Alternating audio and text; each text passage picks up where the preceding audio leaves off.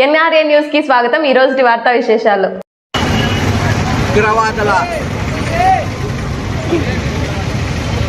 దాడికి నిరసనగా ఆ రోజు చనిపోయిన 23 మంది భారతీయులకు ఆత్మకు శాంతి చేకూరాలని, అదేవిధంగా 23 మంది మృతికి కారణమైన, అదేవిధంగా దేశంలో గత అనేక సంవత్సరాలుగా ఉగ్రదాడులకు పాల్పడుతున్న ఆ ఉగ్రవాదులకు మద్దతు ఇస్తున్న పాకిస్తాన్పై, అక్కడ ఉన్న ఉగ్రవాదుల స్థావరాలపై మన భారత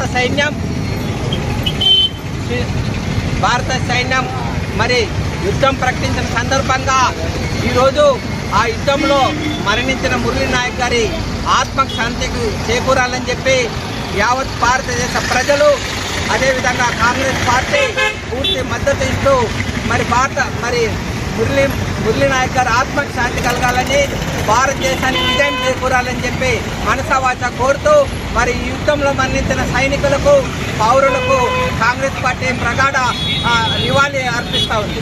ఏదైతే భారతదేశంలో మన జరిగినటువంటి దాడికి ప్రతిదాడిగా భారత సైనికులు నిన్నటి రోజు 6 మంది భారత సైనికులు వీరమరణం పొందడం జరిగింది.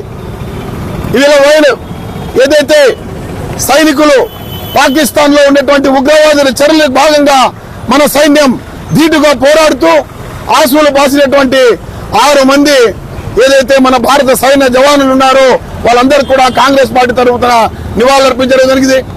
ముఖ్యంగా మన అనంతపురం జిల్లా నుంచి రాయలసీమ జిల్లా అయినటువంటి మురళీ నాయక్ గారు యుద్ధంలో వీరమరణం పొందడం జరిగింది. ఆయన ఆత్మకు శాంతి చేకూరాలని, అదేవిధంగా భారత సైన్యం చేస్తున్నటువంటి ఈ కార్యక్రమం ఏదైతే ఉందో ఈ యుద్ధంలో ప్రతి ఒక్క భారతీయ పౌరులుగా అందరం కూడా ఈరోజు యువతతో పాటు మేము కూడా వారికి సిద్ధంగా ఉన్నాం.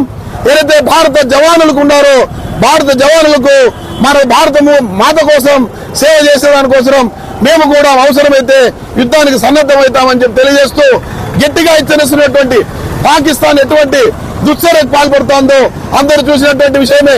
ఈరోజు పాకిస్తాన్ సైన్యమే పాకిస్తాన్ ఉగ్రవాదులను పెంచి పోషిస్తోంది.